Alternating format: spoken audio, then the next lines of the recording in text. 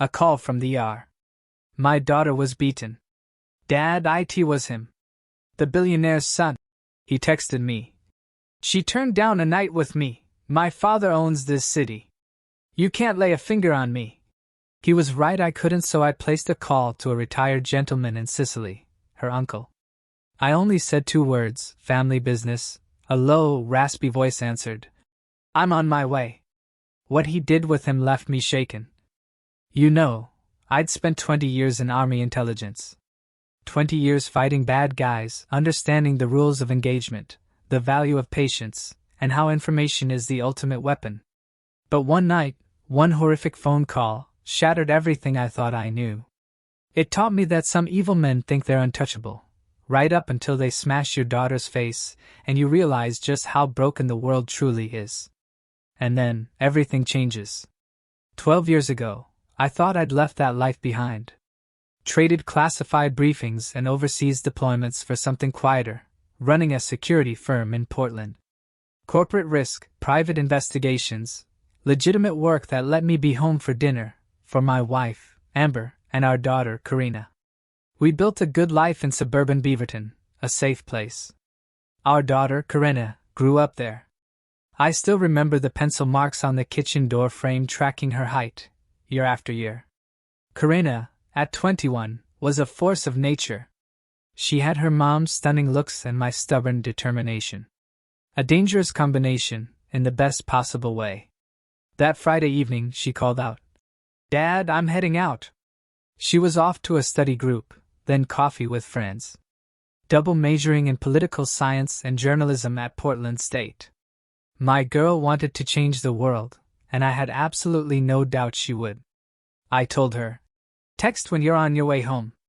She just rolled her eyes with affection. Always do, old man.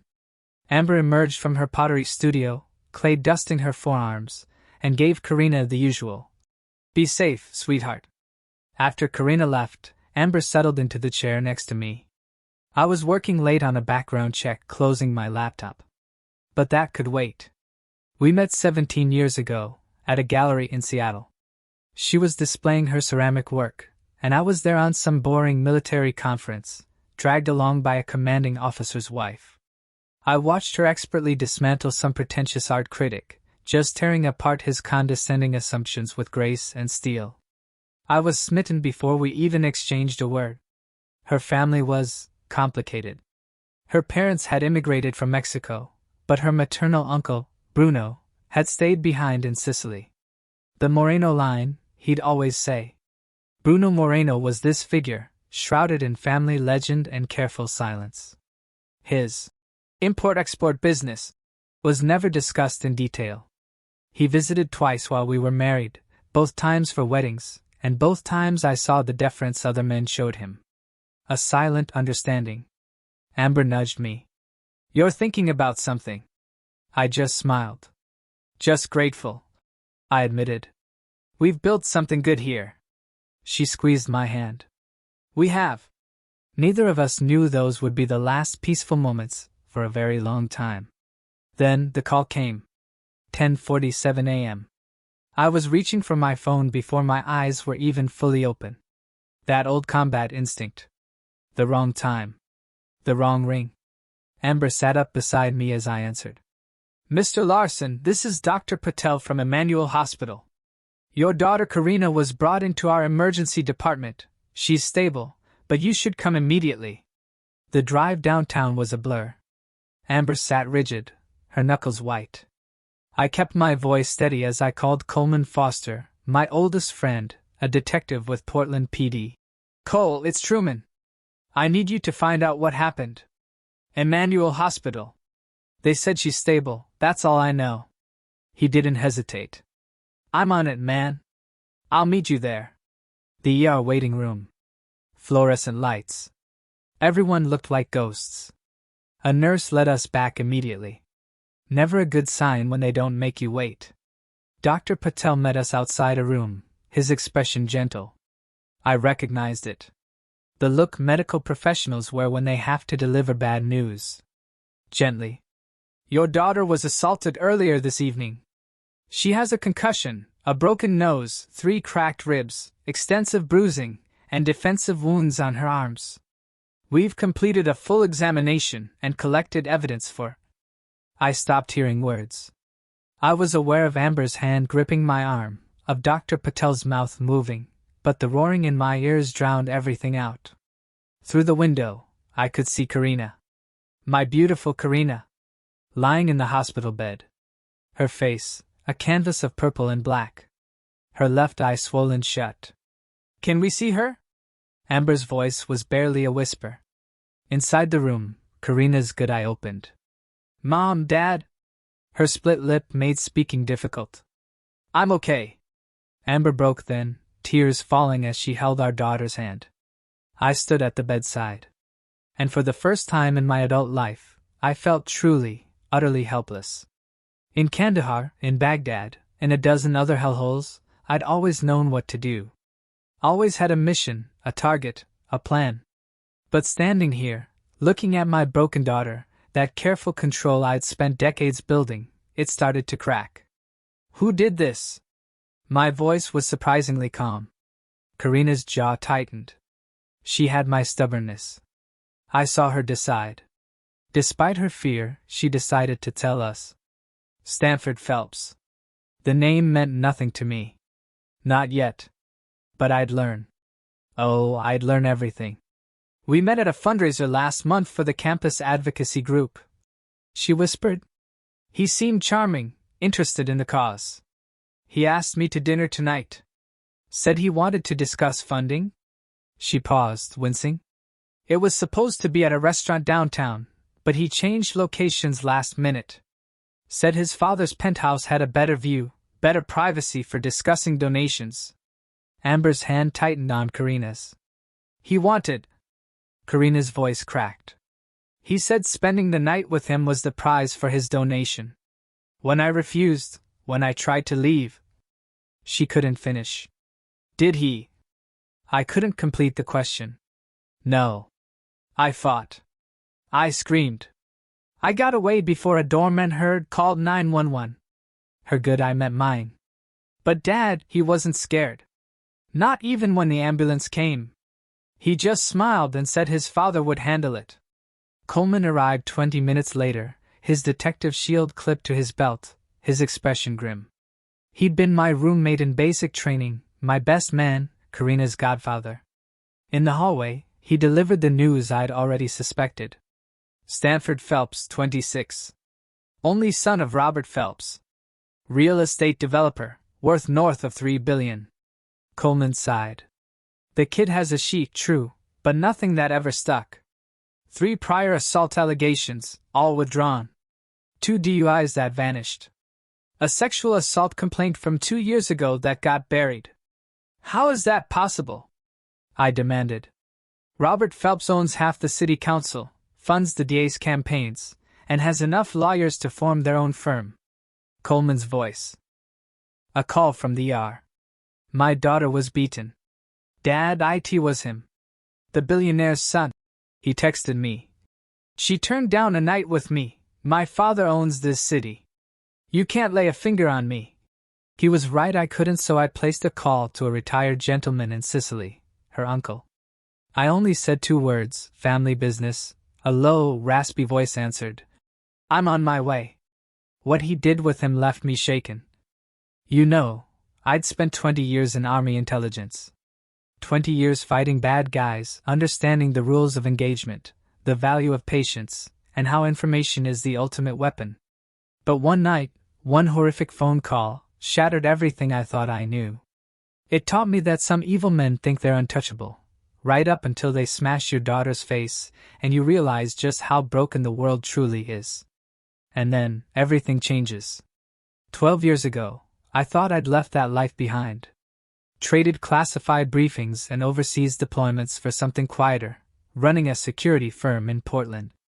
Corporate risk, private investigations, legitimate work that let me be home for dinner, for my wife, Amber, and our daughter, Karina.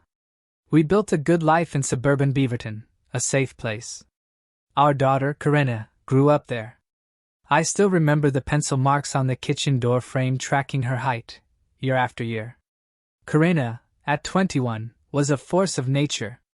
She had her mom's stunning looks and my stubborn determination. A dangerous combination, in the best possible way. That Friday evening she called out, "Dad, I'm heading out." She was off to a study group, then coffee with friends. Double majoring in political science and journalism at Portland State. My girl wanted to change the world, and I had absolutely no doubt she would. I told her, "Text when you're on your way home." She just rolled her eyes with affection. "Always do, old man." Amber emerged from her pottery studio, clay dusting her forearms, and gave Karina the usual, "Be safe, sweetheart." After Karina left, Amber settled into the chair next to me. I was working late on a background check closing my laptop. But that could wait.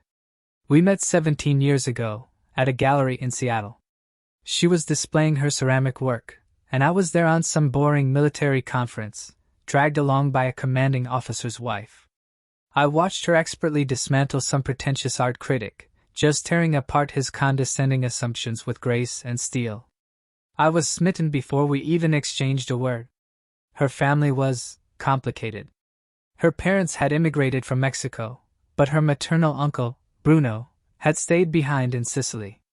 The Moreno line, he'd always say. Bruno Moreno was this figure, shrouded in family legend and careful silence. His import-export business was never discussed in detail. He visited twice while we were married, both times for weddings, and both times I saw the deference other men showed him. A silent understanding. Amber nudged me. "You're thinking about something."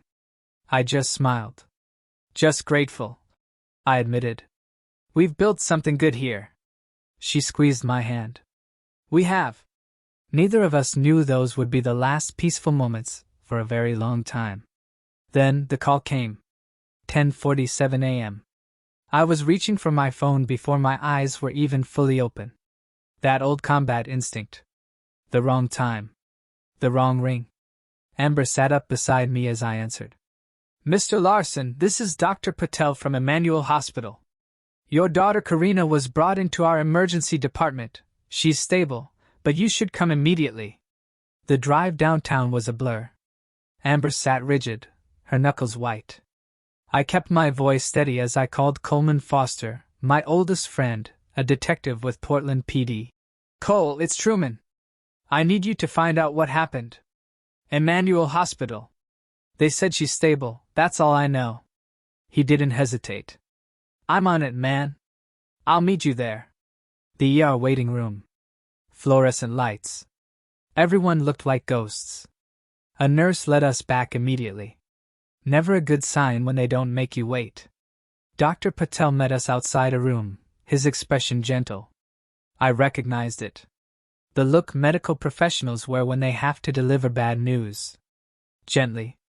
"Your daughter was assaulted earlier this evening. She has a concussion, a broken nose, 3 cracked ribs, extensive bruising, and defensive wounds on her arms.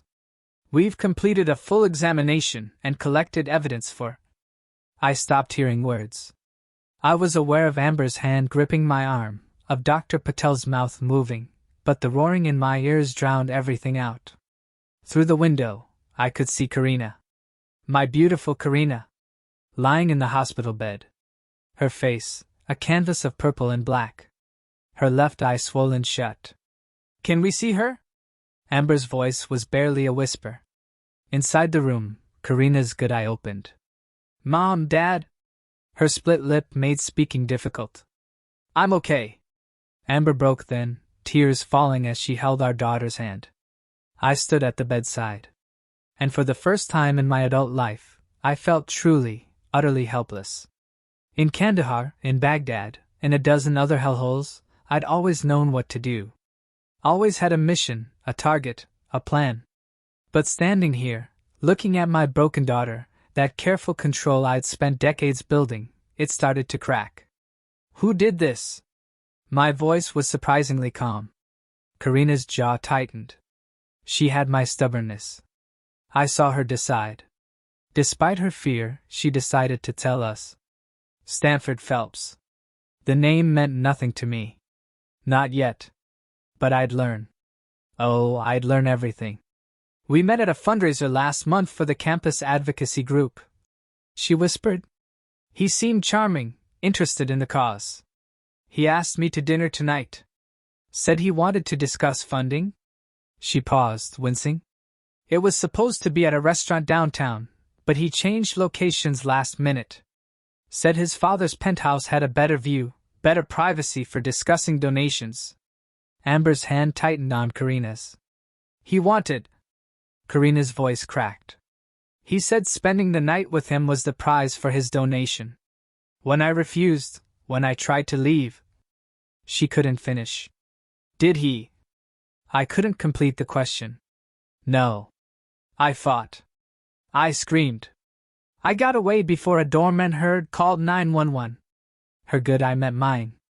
But Dad, he wasn't scared. Not even when the ambulance came. He just smiled and said his father would handle it. Coleman arrived 20 minutes later, his detective shield clipped to his belt, his expression grim. He'd been my roommate in basic training, my best man, Karina's godfather. In the hallway, he delivered the news I'd already suspected. Stanford Phelps, 26. Only son of Robert Phelps. Real estate developer, worth north of $3 billion. Coleman sighed. The kid has a sheet, true, but nothing that ever stuck. 3 prior assault allegations, all withdrawn.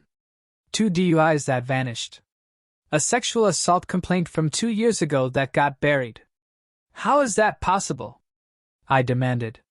Robert Phelps owns half the city council, funds the DA's campaigns, and has enough lawyers to form their own firm. Coleman's voice was tight with anger. Uniform officers responded to the scene. Phelps's attorney was already there. By the time I heard about it and made calls, Stanford was home free. No arrest, no charges filed. The DA's office is calling it insufficient evidence to proceed. My daughter is in a hospital bed with a broken face. I know, true. And I'm telling you, this is bigger than what I can touch. The Phelps family is protected at levels that make my badge worthless. I stood very still.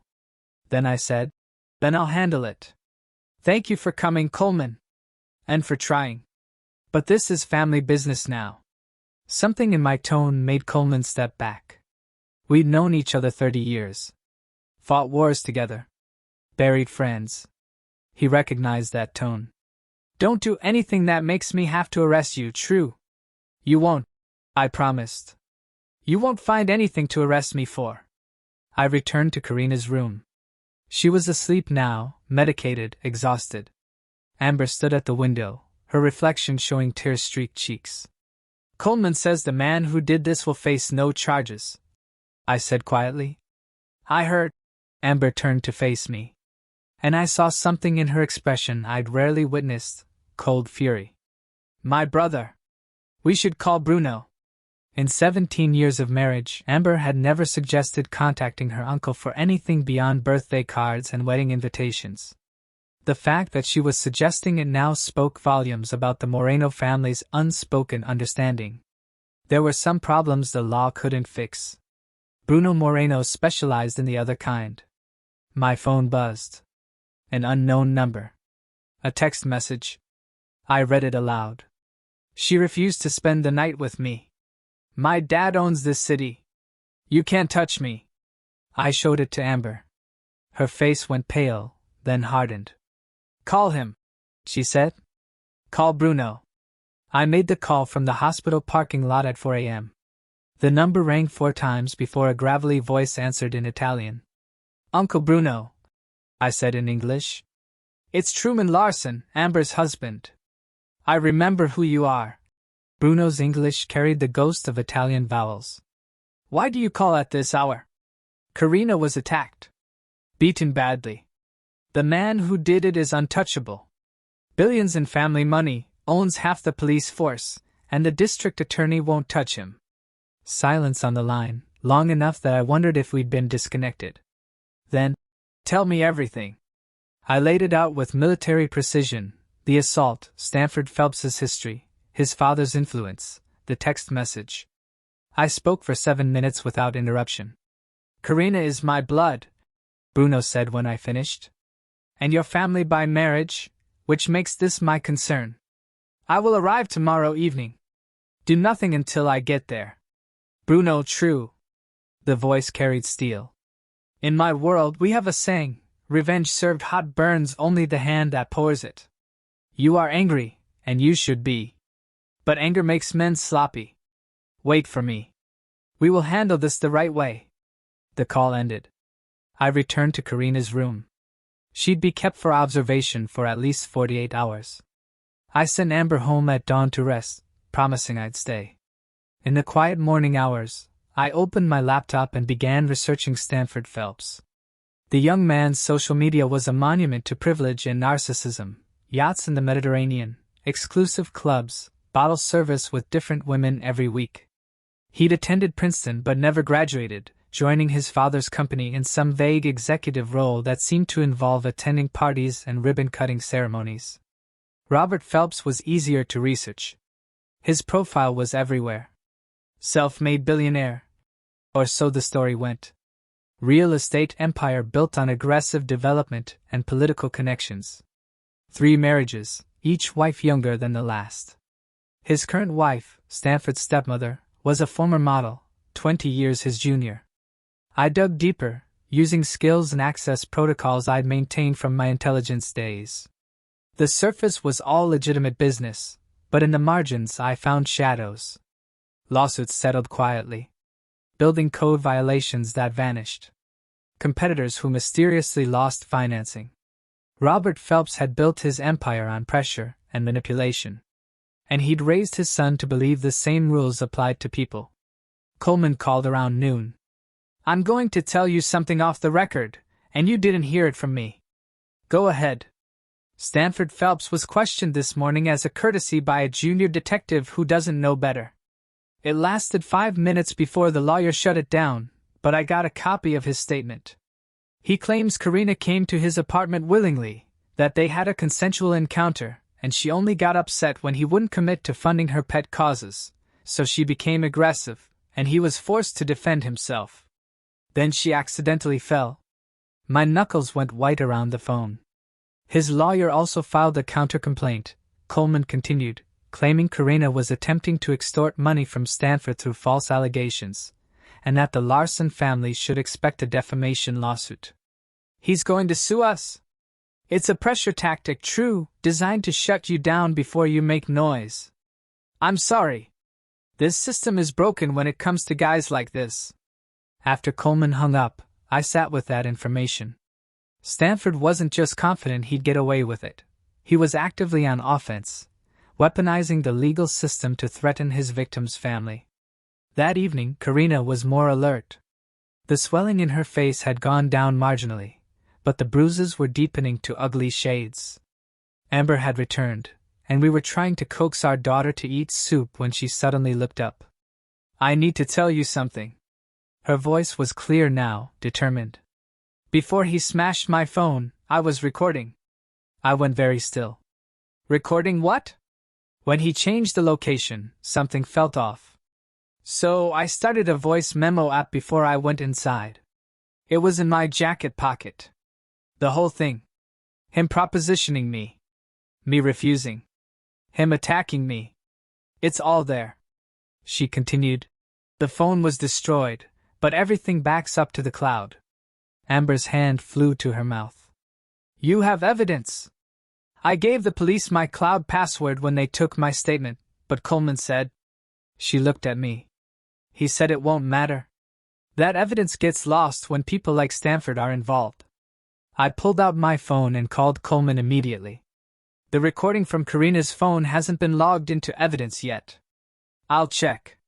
A pause. No, nothing in the system. Why? Because it exists. Full audio of the assault, backed up to her cloud storage. Coleman's voice dropped. True, if I know about this, I have to submit it officially. And if I submit it officially, it'll be in the system where his lawyers can see it and get it suppressed before anyone relevant hears it. Or it might just disappear. Don't submit it yet, I said. Give me 24 hours. You're asking me to sit on evidence. I'm asking you to be strategic about when and how you introduce it. 24 hours, Cole. Then do whatever you have to do. Another pause. 24 hours. But true, be careful. These people don't play fair. Neither do I said, and ended the call. Bruno Moreno arrived at Portland International at 6 p.m. I picked him up alone. Amber was staying at the hospital with Karina. The man who emerged from the terminal looked nothing like the stereotype of a Sicilian mobster.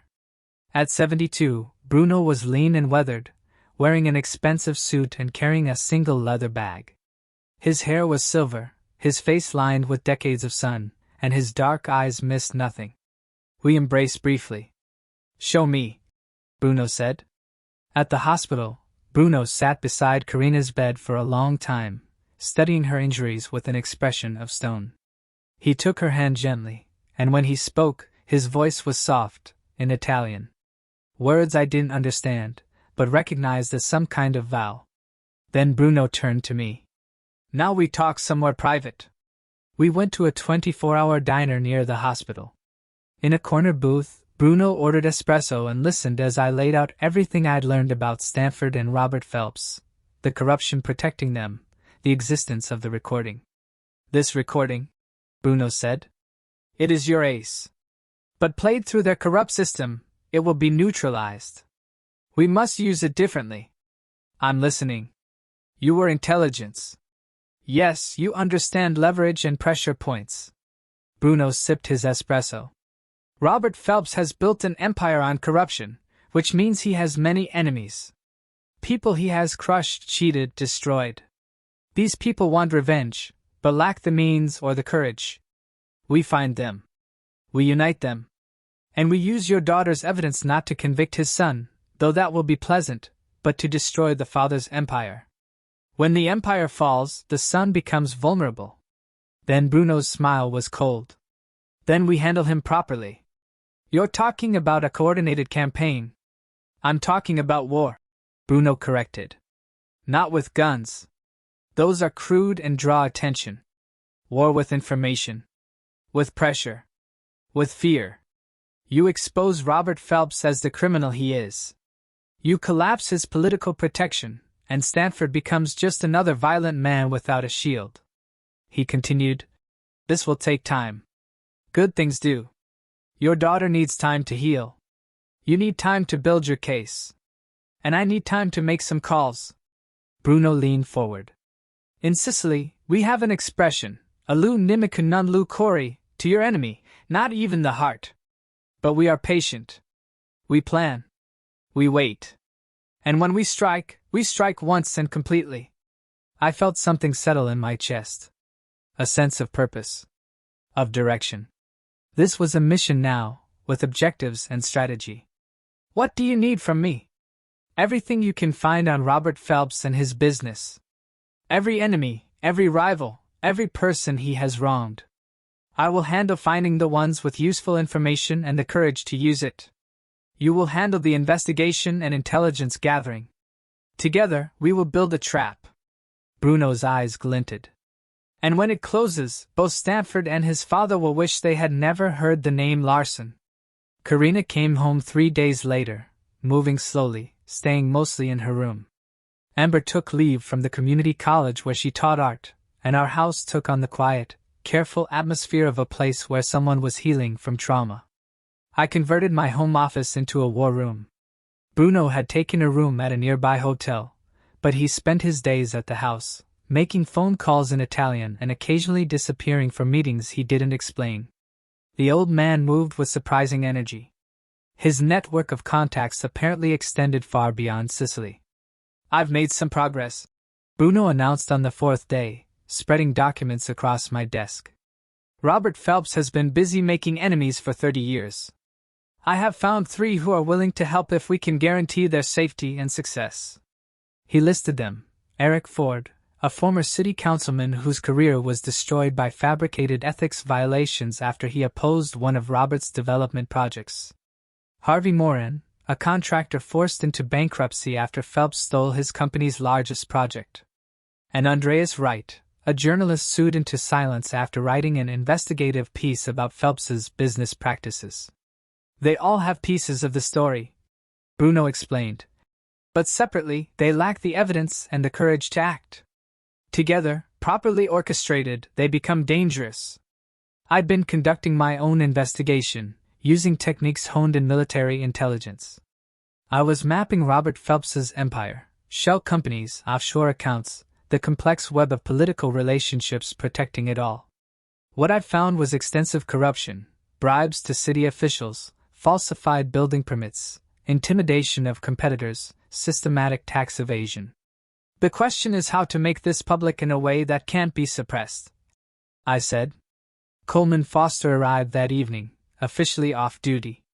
In the war room, he studied the evidence I'd compiled with a detective's eye. This is good work, true, Coleman admitted. Better than good. This is prosecutable. But the DA won't touch it. Marcia Cantrell has been in Phelps's pocket for years. Her last 3 campaigns were funded by his PAC. So we go over her head, Bruno said. The federal authorities, Coleman mused. The FBI would need a reason to get involved, and they need to believe they have a case that won't be killed by political pressure at higher levels. I'd been thinking about this. What if it wasn't just about Robert Phelps? What if we connected his corruption to a broader pattern? Other developers, other politicians. A systemic problem that the feds couldn't ignore. Coleman's eyes narrowed. You need a trigger. Something that forces their hand and makes it a PR nightmare if they don't investigate. A scandal, Bruno said softly. Something public that cannot be ignored. Something that makes Robert Phelps radioactive to his political allies, forcing them to distance themselves. And in that moment of weakness, we introduce the evidence through channels he cannot control. I turned my laptop and pulled up Stanford Phelps's social media again. Stanford is throwing a party next weekend. Annual charity gala at his father's downtown tower. Politicians, business leaders, media coverage. He posts about it every year. Makes a big show of being philanthropic. You want to crash his party? Coleman asked. I want to make it the last party he ever throws, I said. Over the next 5 days, we planned. Bruno reached out to Eric Ford, Harvey Moran, and Andreas Wright, bringing them into the fold with promises of protection and revenge. Coleman used his connections to identify which FBI agents in the Portland field office were clean and which were potentially compromised by Phelps's influence. I focused on Stanford. The young man's arrogance was a gift. He documented everything online, creating a detailed record of his activities. I identified a pattern: multiple women who'd appeared in Stanford's social media photos and then vanished. Using my investigative skills, I tracked them down.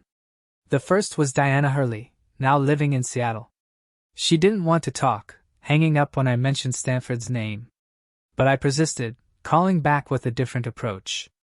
My daughter was assaulted by Stanford Phelps, I said simply. I'm not a reporter. I'm not a cop.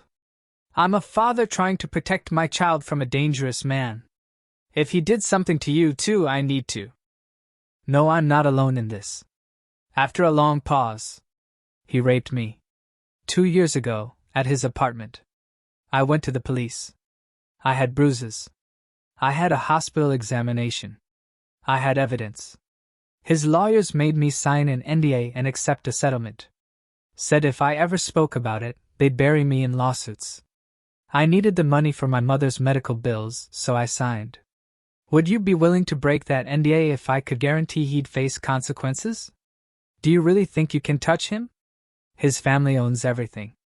I'm working on it. But I need to know I'm not wrong about who he is. Diana gave me 3 more names. By the end of the week, I had spoken to 7 women. 6 had stories similar to Karina's: assault, intimidation, NDAs, and settlements. 1 had been in high school when Stanford, then 23, had pursued her at a party. None of them would go on record. The fear Robert Phelps had instilled was too deep. But they provided information, dates, locations, details that corroborated a pattern of predatory behavior spanning nearly a decade. This is valuable, Coleman said, reviewing my notes. But without testimony, it's still not enough. We have Karina's recording. I reminded him. Which we haven't officially submitted to evidence, meaning it's not legally admissible in any current proceeding. Bruno had been quiet, listening. Now he spoke. You are thinking like men bound by their laws. We are not bound. The recording does not need to be evidence in a court. It needs to be heard by the public. I understood immediately. A leak? Not yet, Bruno cautioned. First, we set the stage. We prepare the battlefield. The charity gala is in 3 days. We use that event to create chaos in Robert Phelps's world. Then, in the midst of that chaos, we release the recording through channels that cannot be suppressed. Social media. Multiple news outlets simultaneously. Directly to the FBI. By the time his lawyers react, it will be everywhere. And Stanford? I asked. Bruno's smile was cold. For him, we have a different plan. One that addresses the personal nature of his crime. The charity gala was scheduled for Friday night at the Phelps Tower, a glass and steel monument to Robert's wealth overlooking the Willamette River. Tickets cost $10,000 per couple, with proceeds supposedly going to youth education charities. Though Andreas Wright's research had revealed that less than 15% of previous year's proceeds had actually reached charitable organizations. Truman and Bruno's plan had multiple components, each designed to converge at the gala itself. Eric Ford, the former councilman, would attend as the guest of a city supervisor who owed him a favor. His job was to circulate among the politicians, reminding them quietly of Robert Phelps's vulnerable position should anyone choose to investigate seriously. Harvey Moran, the contractor, had used his industry contacts to discover that the Phelps Tower itself had serious building code violations, structural issues that had been covered up through bribed inspectors. He prepared a detailed report, complete with photographic evidence, ready to be delivered to the appropriate city departments at precisely the right moment. Andreas Wright had spent the week reaching out to journalists he trusted. People who had been burned by the Phelps machine before and would jump at the chance to break a real story. He primed them with hints of a major scandal about to break, told them to watch social media Friday night, and made sure they had secure methods to receive leaked documents. Coleman's role was more delicate. He'd connected with FBI Special Agent Brett Hayes, an organized crime specialist who'd been quietly building a case against corruption in Portland's real estate development sector. Hayes was professional, careful, and most importantly, not in Robert Phelps's pocket. Coleman briefed him on the evidence I'd compiled, warning him that something significant would happen soon. I can't promise the Bureau will act immediately, Hayes had said. But if you can give me probable cause and evidence that hasn't been compromised by local corruption, I'll get it to prosecutors who will take it seriously. Bruno handled the most sensitive component through his connections. Contacts I still didn't fully understand. He'd arranged for protesters to gather outside the gala. Not random activists, but people with legitimate grievances against Phelps developments, families displaced by his projects, workers who'd been cheated, communities destroyed by his aggressive tactics. Over 200 people, organized but peaceful, with signs and chants that would draw media attention. The optics will be devastating, Bruno explained. Robert Phelps throwing a lavish party while people he's harmed stand outside in the rain. The news cameras will love it. And Stanford? I pressed. Stanford will be at the party, playing the dutiful son, Bruno said. He will feel safe, surrounded by his father's power. That is when we strike. The day before the gala, I visited Karina. She was healing physically, the bruises fading from black to purple to yellow, the swelling in her face diminished. But I saw the shadows in her eyes, the way she startled at unexpected sounds, the anger simmering beneath her careful composure. I want to help, she said when I explained the plan. Absolutely not. You've been through enough. Dad. Her voice was firm. He did this to me, and he's done it to other women. I can't just hide in my room while you try to fix it. I need to be part of this. Amber appeared in the doorway. She's right. Amber, I don't like it either. But Truman, Karina isn't a child, and this is her fight too. We can't protect her by keeping her locked away. We protect her by making sure Stanford Phelps can never hurt anyone again. I looked between my wife and daughter, seeing the same determination in both their faces. What do you want to do? I asked Karina. The recording. When you release it, I want to release a statement with it. My name, my story. No anonymity. If other women see me stand up, maybe they'll find the courage to come forward, too. His lawyers will come after you. Let them try. Her jaw set in that stubborn way that was pure larceny. I'm done being afraid. Friday arrived. Cold and rainy.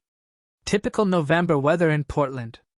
The Phelps Tower glowed against the dark sky, its ground floor converted into an elegant venue with champagne fountains and a string quartet.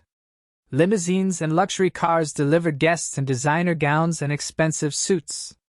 Outside, protesters began gathering at 6 p.m., their numbers swelling to over 300. They carried signs reading, "Phelps destroys communities, and where's our housing?" Local news crews, tipped off by Andreas Wright's media contacts, arrived to cover the demonstration.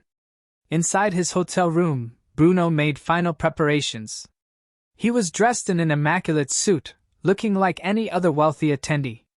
I wore similar formal attire, though I felt ridiculous.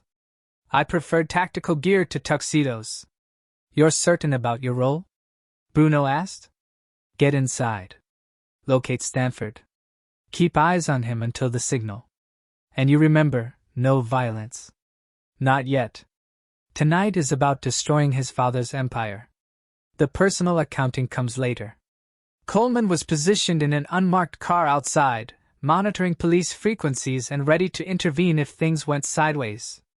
Eric Ford was already inside, working the political crowd. Harvey Moran stood among the protesters, ready to release his building code report to the media the moment the signal came. At 7:03 p.m., Bruno and I entered through the main doors, blending into the crowd of wealthy donors. Security was professional but minimal. Robert Phelps was arrogant enough to believe his money made him untouchable even in public. The party was exactly what I'd expected: excessive wealth on display, people who never missed a meal congratulating themselves for helping the less fortunate. I spotted Robert Phelps near the bar. A thick man in his 60s, silver hair, the confident posture of someone who'd never been told no. And there, beside his father, was Stanford Phelps. The young man looked like a recruitment poster for inherited privilege: designer suit, perfect hair, a champagne flute in his hand, and a smug smile on his face. He was laughing at something a city councilwoman was saying, utterly at ease. I felt my hands clench. This was the man who'd beaten my daughter. Who'd sent that mocking text. Who'd walked away without consequences. Every instinct screamed to cross the room and break that smug face. But Bruno's hand touched my elbow briefly. A reminder. "Patience," Bruno murmured. "The trap is set. Now we spring it." At 8 p.m., exactly on schedule, Andreas Wright triggered the first domino.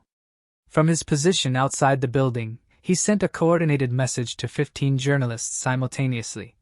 "Phelps corruption scandal breaking now. Check social media and your secure inboxes." Then he posted a thread on social media, a carefully constructed narrative about Robert Phelps's criminal empire, complete with documents Harvey Moran had provided, photographs of building violations, and evidence of bribes to city officials. Within minutes, it was being shared hundreds of times. Inside the gala, guests began checking their phones. Conversation started shifting. People stepping away to take calls. I watched Robert Phelps's face as someone showed him a phone screen. The confidence cracking, replaced by confusion and anger. Stanford noticed his father's reaction and pulled out his own phone. His expression of smugness faltered. "No," Bruno said quietly. "We add fuel to the fire." He nodded to Eric Ford across the room. The former councilman approached several city officials, engaged them in what appeared to be pleasant conversation, then showed them documents on his tablet. Their reactions ranged from shock to fury. Several immediately left the party, presumably to call their attorneys or PR teams. At 8:15 p.m., Harvey Moran released his building code report to every news outlet in Portland. The Phelps Tower itself. This gleaming monument to Robert's success was flagged as potentially dangerous, with structural deficiencies that could put occupants at risk. The irony was delicious. Robert Phelps's gala was being held in a building that might need to be evacuated. By 8:30 p.m., the party was in chaos. Half the guests had left. Reporters were calling for comment. The protesters outside had swelled to over 400, their chants audible even through the tower's thick glass. Robert Phelps stood in the center of the room, his phone pressed to his ear, barking orders at someone. His face had gone red, veins visible in his neck. Around him, political allies and business associates were actively avoiding eye contact, the social equivalent of rats fleeing a sinking ship. And Stanford. Stanford looked genuinely frightened for the first time. He stood near the bar, isolated as people who'd been laughing at his jokes minutes ago pretended not to see him. "It's time," Bruno said. My phone buzzed. A message from Coleman. "FBI en route to Phelps Tower. They've got authorization for immediate document seizure based on fraud evidence. ETA 10 minutes. Things were moving faster than planned. The trap was working almost too well. Bruno pulled out his own phone, navigating to a private website. "The recording," he said. "Karina gave me permission to upload it to multiple platforms simultaneously. Once I press this, it will go live on 5 different social media platforms, 3 YouTube channels, and be emailed directly to 24 journalists. It cannot be stopped." "Do it," I said. Bruno's finger touched the screen. Within seconds, Karina's voice filled the internet. "I appreciate the invitation, Mr. Phelps, but I'm not comfortable going to your apartment instead of the restaurant. I think I should leave." Then Stanford's voice, smooth and entitled. "Don't be difficult. I'm offering a very generous donation. All you have to do is be friendly." And Karina's response, firm. "That's not what philanthropy means. I'm leaving." What followed was audio of the assault. Stanford's voice turning ugly. Furniture crashing. Karina's screams for help. His casual laughter as he hit her. The recording lasted 8 minutes and captured everything. His confession that he expected sex in exchange for his donation. His assertion that his father owned the police. His threats about what would happen if she reported him. It was damning. It was crystal clear. And it was already viral. I watched Stanford's face go white as someone showed him a phone. The young man's hands were shaking. Robert Phelps pushed through the remaining crowd, grabbed his son's arm, and pulled him toward a private elevator. But before they could reach it, FBI agents entered the building. Hayes, leading a team of 6, all wearing blue windbreakers with yellow letters. "Robert Phelps," Hayes announced, his voice carrying across the now silent room. "We have a warrant to seize records related to Phelps Development Corporation's business practices. We're also placing you under investigation for fraud, bribery, and racketeering." Robert's face went from red to purple. "You have no authority." "We have plenty of authority, sir. Federal jurisdiction supersedes your local connections." Hayes gestured to his team. "Secure all computers and file servers in this building. No one leaves until we've documented what we need." As FBI agents spread through the tower, Bruno leaned close to me. "The empire falls. Now we handle the sun." But before we could move, Stanford Phelps did something stupid. Perhaps it was panic. Perhaps arrogance. Or perhaps just the instinct of a cornered animal. But he ran. Not toward the elevator, but toward the emergency stairs, shoving past guests, and knocking over a champagne fountain in his haste. "Stop him!" Robert shouted, but no one moved to help. Bruno and I followed at a measured pace. Coleman's voice came through the small earpiece I wore. "I've got eyes on the back exit. He's heading for the parking garage." Stanford burst into the underground garage, looking wildly for his car. I emerged from the stairwell behind him, blocking the exit. "Stanford Phelps," I said quietly. The young man spun around, and up close, I could see genuine fear in his eyes. "Stay away from me! My father will have you arrested! Your father's currently being placed under federal investigation." His protection is gone. His money is about to be frozen. His lawyers are busy saving themselves. I took a step forward. Which means you're all alone. I didn't do anything to your daughter. She wanted. Finish that sentence, I said very softly, and I will break your jaw. We both know what you did. So do the 7 other women I found. So does everyone who's heard that recording by now. And, believe me, millions have heard it. Stanford's bravado crumbled completely. What do you want? Justice. I'll pay. My father will pay. Your father is bankrupt by morning. The FBI is seizing his assets. The city is shutting down his buildings. His political allies are running away so fast they're leaving skid marks. There is no money coming to save you. Bruno emerged from another stairwell, cutting off Stanford's other escape route. In Sicily, the old man said conversationally, when a man harms a daughter of our family, there's only one acceptable response. It is very old-fashioned. Very permanent. Stanford's legs actually buckled. Please. I'm sorry. I made a mistake. You made many mistakes, Bruno said. The first was believing you were untouchable. The second was sending that arrogant text message to a father who loves his daughter. The third was existing in a world where men like me still exist. Coleman's voice in my ear. True. I've got 2 Portland PD units responding to the tower. Someone called about a disturbance. You need to clear out before they arrive and complicate things. But I wasn't finished. Do you know what my daughter is doing right now? While you're cowering in this garage, she's preparing to testify, to go on record, to put her name and face to what you did so that every other woman you've hurt knows they're not alone. That's courage, Stanford. Real courage. Something you'll never understand. I'll confess, Stanford said desperately. I'll turn myself in. I'll plead guilty. Just don't what? Don't hurt you. Don't make you face consequences? You're going to face consequences, Stanford. Legal ones, social ones, personal ones. The question is how badly you'll suffer before you do. Bruno produced a phone and showed Stanford the screen. A news article already posted, showing his face next to headlines about assault and rape allegations. Your name is ruined. Your life as you knew it is over. The question is whether you survive long enough to see the inside of a prison cell. That was when Stanford broke completely, dropping to his knees in the concrete garage, crying. I felt no satisfaction looking at him. Only cold calculation. This man had hurt my daughter, and this moment of fear was only the beginning of what he'd pay. Let's go, I said to Bruno. He's not worth any more of our time.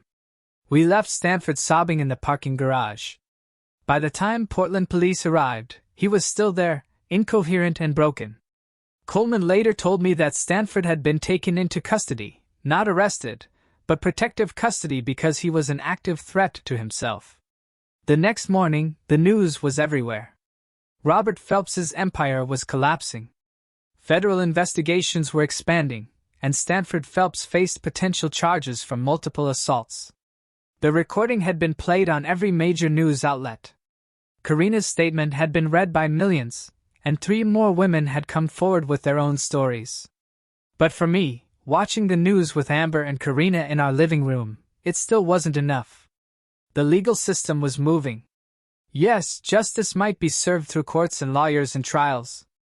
But the personal accounting, the real price for what Stanford had done, was still unpaid. Bruno seemed to read my thoughts. Patience, the old man said. The trap is closed. Now comes the final part. The part where we ensure this ends properly. The weekend after the gala was chaos across Portland. Robert Phelps's arrest made national news. The FBI had found evidence of massive fraud, money laundering, and conspiracy to commit bribery. His assets were frozen, his buildings sealed, and his political allies were tripping over themselves to return campaign contributions and delete old photos. Stanford Phelps, meanwhile, had been formally charged with assault and held on $500,000 bail, an amount his father could no longer pay. The young man sat in county jail and, according to Coleman's sources, was not handling confinement well. He's in protective custody, separated from general population, Coleman reported. For his own safety. Good, Karina said coldly. She was getting stronger every day, her bruises fading, her spine straightening with determination. She'd done a televised interview, speaking clearly and calmly about her assault, and the response had been overwhelming. Support poured in from across the country, along with offers of legal assistance and counseling resources. More importantly, 8 additional women had come forward with allegations against Stanford, spanning back to his college years. The DA has no choice but to prosecute aggressively now, Coleman said. Marcia Cantrell is trying to save her career by throwing Stanford under the bus. She's talking about seeking maximum sentences on all counts. But something was bothering me. The legal system was working. Yes, Stanford would likely spend years in prison. Robert's empire was destroyed. Justice, by conventional measures, was being served. So why did it still feel incomplete? Bruno had been quiet, spending his days making phone calls and meeting with contacts whose names he never shared. On Monday evening, he requested a private meeting with me at his hotel. The boy will go to prison, Bruno said, pouring us both whiskey from his mini bar. Probably 8 to 12 years, with good behavior. He will survive. Men like him often do. Protected, even in jail, by his remaining family connections. He will be humiliated, certainly. Broken, perhaps. But alive and free eventually. You're saying that's not enough. I'm saying you have a choice. Bruno sat across from me. The legal system will deliver its version of justice. For many people, that would be sufficient. But in my world, we understand that some crimes require a more permanent response. You're talking about murder. I'm talking about ensuring he never hurts another woman. Ever. Bruno's eyes were steady. In Sicily, when a man commits an unforgivable act against a family, there is no half measure. No counting on parole boards or rehabilitation. There is only finality. I stared at my whiskey. I'd killed men before, in combat, in the course of my military service. But this was different. This was premeditated. This was revenge, not war. I need to think about this, I said. Of course. But think quickly. He is vulnerable now. In custody, his father unable to protect him. This window will not remain open forever. That night, I lay awake beside Amber, wrestling with the question. I'd spent 20 years serving my country, believing in justice, in law and order. I'd left that life behind to be a good husband, a good father, a good citizen. Taking the law into my own hands, taking a life in cold blood, was crossing a line I'd never imagined crossing. But when I closed my eyes, I saw Karina's broken face in a hospital bed. I heard Stanford's voice on that recording, laughing as he assaulted a helpless woman. I remembered that text message, "You can't touch me." The law would punish Stanford, but would it protect the next woman who crossed his path a decade from now? When he was released on parole, would it prevent him from hurting someone else's daughter? Wednesday morning brought news that complicated everything. Andreas Wright called me directly. You need to see this. The journalist had uncovered something new. Evidence that Robert Phelps had been quietly liquidating offshore assets despite the FBI's seizure orders. Money had been moved to accounts in Switzerland and the Cayman Islands. Over $200 million that federal investigators didn't know about. He's preparing to run, Andreas explained. And if he runs, he takes Stanford's defense fund with him. There are rumors of a deal being negotiated. Robert might flip on his political co-conspirators in exchange for reduced charges and witness protection. If that happens, Stanford might walk on a technicality, double jeopardy, fruit of the poisonous tree something. His lawyers are already filing motions.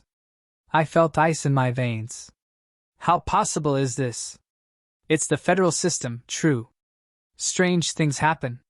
And Robert Phelps has information that could destroy dozens of powerful people. If he offers to talk, the prosecutors might prioritize that over putting his son away. That afternoon, Coleman confirmed it. There's talk of a deal. Robert has evidence of corruption going up to the state level. Governors, senators, federal contractors. The FBI wants that information more than they want Stanford's conviction. I'm sorry, True. It's politics. Karina found me in my office that evening, staring at nothing. Dad, are you okay? How do you feel about the idea that Stanford might not go to prison? She was quiet for a long moment. I'd be angry, but I'd survive. Because at least his life is destroyed. At least everyone knows what he did. What if he rebuilds? What if he changes his name, goes somewhere else, and in 10 years he's hurting women again? Karina sat down beside me. Then I want someone to stop him. Permanently. She took my hand. Karina, I know what you and Uncle Bruno are discussing. Mom told me. And I know you're struggling with it because you're a good man. But Dad, sometimes good men have to do hard things to protect people from bad men. That's what you did in the army, right? Made hard choices so other people would be safe. That was war. This is different. Is it? Stanford Phelps is a predator. He's hurt at least 9 women that we know about, probably more. If the legal system lets him go, what happens to the next woman? What happens to her father? He'll be standing where you are now, wondering if he should have done more to stop it. I looked at my daughter, my brave, brilliant, damaged daughter, and saw the weight of truth in her eyes. She wasn't asking me to kill for revenge. She was asking me to kill to prevent future harm. The difference was subtle but significant. I'll think about it, I said quietly. That night, I made my decision. Bruno's plan was simple and elegant. The kind of thing only a man with decades of experience in violence could devise. Stanford is in protective custody, separated from other inmates. But every prisoner has access to the infirmary. And every infirmary has blind spots. You have someone inside? I asked. I have someone who has someone inside. The chain is short enough to be reliable, long enough to have deniability. But you must be certain, Truman. Once we do this, there is no undoing it. Are you certain? I thought about Karina's bruised face. I thought about the 8 other women, and the unknown number who'd been too frightened to come forward.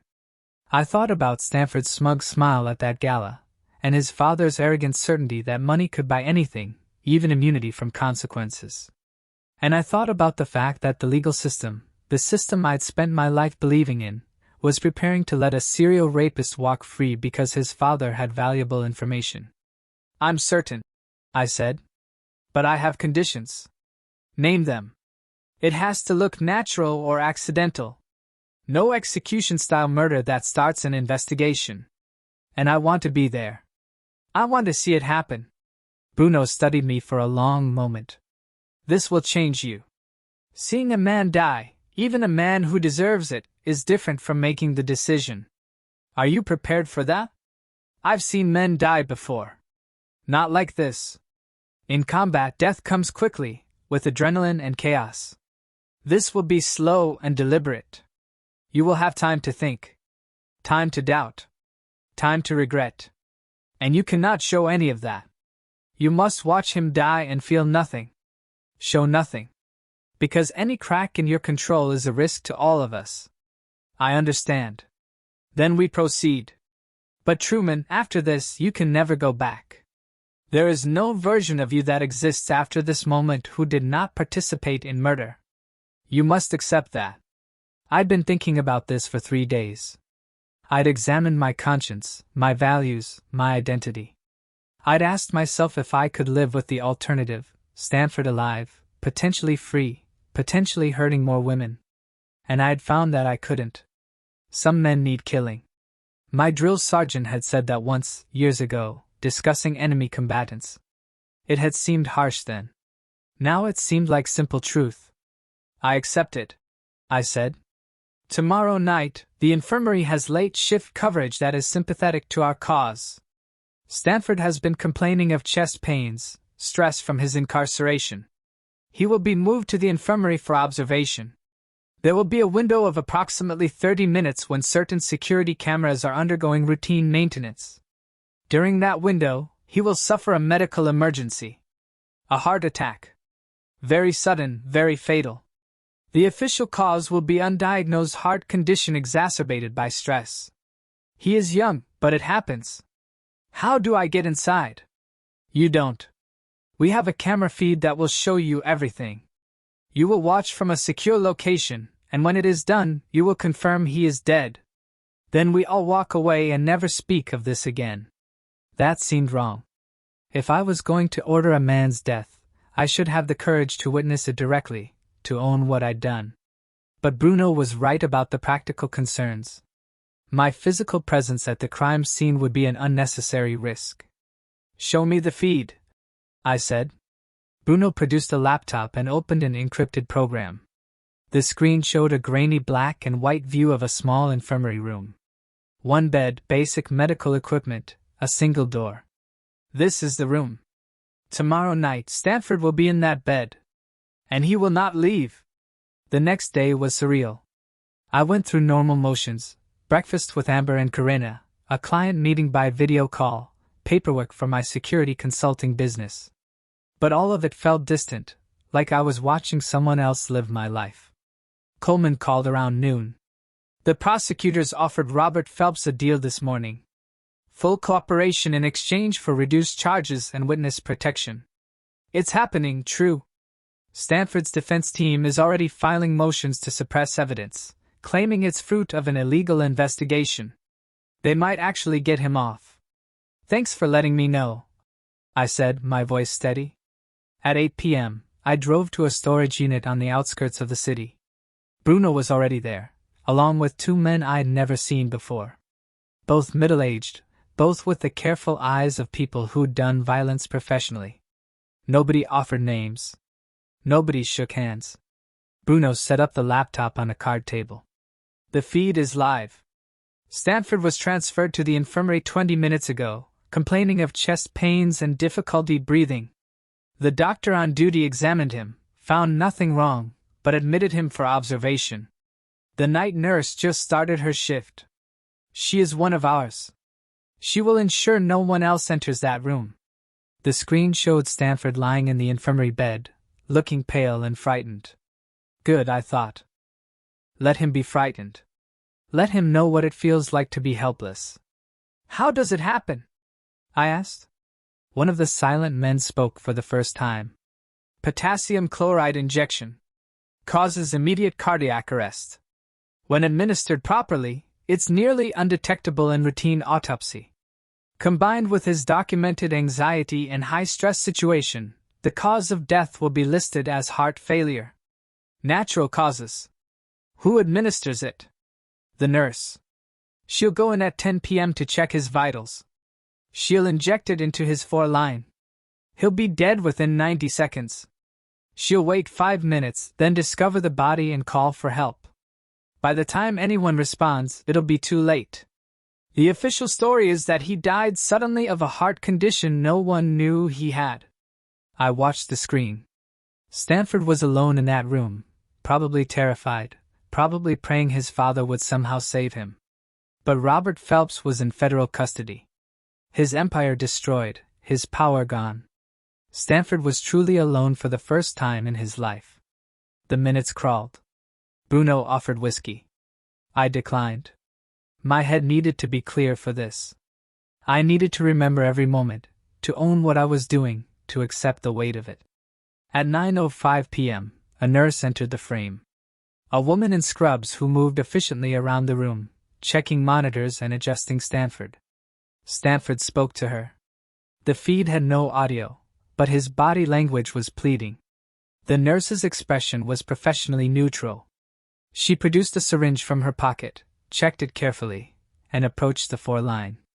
This was it. The moment I could still stop it. I could call out, tell Bruno to abort, let the legal system handle things however it would. I could preserve the version of myself who never ordered a man's death. But then I thought of Karina's words, what happens to the next woman? The nurse inserted the syringe into the foreport. Stanford's body went rigid. His back arched off the bed, hands clutching at his chest, his mouth opened in what must have been a scream, though the silent feed robbed it of sound. He thrashed for perhaps 30 seconds, then went still. The nurse watched dispassionately, checking her watch. After a minute she checked his pulse, then his pupils. Then she calmly walked to the door and left the room. I watched Stanford's body for another minute, waiting for some sign of life, some movement. Nothing. Stanford Phelps was dead. "It's done," Bruno said quietly. One of the silent men shut down the laptop and began breaking down the setup. Within 5 minutes, the storage unit was empty, except for Bruno and me. "How do you feel?" Bruno asked. "Nothing," I said, and realized it was true. I'd expected guilt, regret, horror, or something. But watching Stanford die had felt like watching a problem solve itself. Cold. Mechanical. Necessary. "That's good," Bruno said. "The guilt comes later. Maybe. Or maybe not. Some men are built for this kind of work, and they never regret what must be done. Time will tell which kind you are." We drove back to the city separately. I arrived home at midnight. Amber was still awake, sitting in the living room with a book she wasn't reading. "Is it done?" she asked. "Yes." She nodded slowly. "I'm not going to ask details. I'm not going to judge. But Truman, promise me this is the last time. Promise me we don't become people who solve problems this way." "I promise," I said, and meant it. I'd crossed the line tonight, but I wouldn't make a habit of it. This was an exception, a specific response to a specific threat, not a new way of life. Amber embraced me, and we stood together in the quiet house, holding each other against the darkness we'd invited in.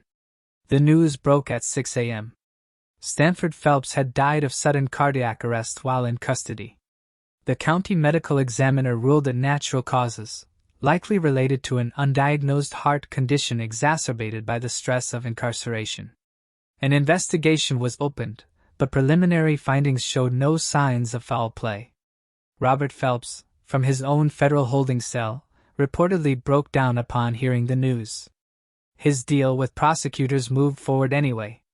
He had too much valuable information about too many powerful people. He would spend 10 years in minimum security, and then vanish in witness protection. His empire gone, but his life preserved. Some might call that injustice. I called it acceptable collateral damage. The father had lost everything that mattered, his legacy, his reputation, his only son. Let him live with that. The following week brought a cascade of revelations. Robert's testimony implicated 32 public officials in corruption schemes spanning 15 years. The mayor resigned. The district attorney was indicted, and Oregon's governor announced she wouldn't seek re-election. The fallout would reshape Portland politics for a generation. For the Larson family, life slowly returned to something resembling normal. Karina continued her recovery, attending therapy and finding strength in survivor advocacy work. She'd become a voice for women who'd been silenced by powerful men, speaking at universities and legislative hearings about the need for justice system reform. "I think I want to go to law school," she told me one morning over breakfast. "I want to be the kind of lawyer who fights for people like me. Who makes sure men like Stanford don't get away with what they do." "You'd be brilliant at it," I said, pride thick in my voice. Amber returned to teaching, finding solace in creating beauty with clay and helping students discover their own artistic voices. She never asked me for details about what happened in that storage unit, and I never offered them. Some things were better left unspoken between people who loved each other. Coleman Foster was promoted to detective sergeant, his role in exposing the Phelps corruption earning him commendations. He and I still met for coffee every Friday, talking about sports and family, and anything except the night Stanford died. Bruno Moreno stayed in Portland for another week, long enough to ensure no investigation into Stanford's death gained traction. Then one evening, he appeared at our house with his leather bag packed. "I return to Sicily tomorrow," he announced. "The business here is finished." Karina embraced him carefully. Her ribs were still healing. "Thank you, Uncle Bruno, for everything." "Family is everything," Bruno said simply. "Never forget this." At the door, Bruno pulled me aside. You did well. The boy is gone. The father is destroyed. And justice, true justice, has been served. But Truman, remember what I told you. This kind of work changes a man. Watch yourself carefully. Make sure the darkness you invited in does not make itself at home. I will, I promised. Bruno studied me for a moment, then nodded. You are stronger than most. You will be fine. But if you ever need counsel, if the weight becomes too heavy, you call me. Some burdens should not be carried alone. After Bruno left, I stood on my porch in the cool November evening, looking at the quiet suburban street where my family had built their life. Nothing looked different. Same houses, same streetlights, same normalcy. But I was different. I'd stepped outside the bounds of law and order, had taken justice into my own hands, had ordered a man's death. And I didn't regret it. That should have troubled me more than it did. But when I thought about Stanford Phelps, I felt only satisfaction. A predator had been removed from the world. Women were safer because of it. My daughter could heal, knowing her attacker would never hurt anyone again. If that made me a monster, I could live with being a monster. 3 months later, in February, I sat in my office reviewing a routine corporate background check when my phone buzzed. A message from an unknown number. Thank you. It was from Diana Hurley, the woman in Seattle who'd been assaulted by Stanford 2 years earlier. She sent a link to a news article about a scholarship fund being established in Stanford's memory, funded by settlements from several of the women he'd assaulted who'd banded together to support survivors of sexual violence. We're turning his death into something positive, Diana wrote. Making sure some good comes from all the pain. I don't know exactly what happened to him in that jail cell, but I know you were involved somehow. So, thank you for believing us. For protecting other women. For doing what the law wouldn't do. I deleted the message immediately. No record, no trail. But I allowed myself a small smile. The darkness I'd invited in hadn't made itself at home. It had simply eliminated a threat and then departed, leaving my family safe and my conscience clear. That evening, I found Amber in her studio working on a new piece, a series of vessels representing strength emerging from brokenness. She looked up as I entered, clay on her hands and peace in her expression. How was your day? She asked. Good, I said. Routine client work. Nothing exciting. That's good. Boring is good. We'd become experts at normal conversation, at maintaining the surface of our life while carrying the weight of what we'd done underneath. It was its own kind of courage, I thought. The courage to live with difficult truths and still find joy in ordinary moments. Karina was upstairs studying for her LSAT, her future taking shape in the aftermath of her trauma. She was stronger now, her spirit unbroken despite everything Stanford had tried to break. She would heal, and she would thrive, and she would help other women do the same. And Stanford Phelps was gone. Not by the legal system, not by the slow wheels of justice, but by the old ways. Family defending family? The strong protecting the weak. Evil men facing consequences they thought they'd escaped. Bruno had been right. It was very old-fashioned. Very permanent. And very, very necessary. I walked through my home, listening to Amber's music playing softly from the studio, hearing Karina's voice as she read practice questions aloud to herself, feeling the warmth of the life we built together. This was what I'd fought for. This was what I'd protected. And I would do it again in a heartbeat if I had to. But I hoped, deeply, sincerely hoped, that I'd never have to. One trip into that darkness was enough for any man. I'd seen what I was capable of when my family was threatened. Had learned that my moral lines were less fixed than I believed. That knowledge would stay with me forever. A shadow in my mind that could never be fully banished. But shadows served a purpose.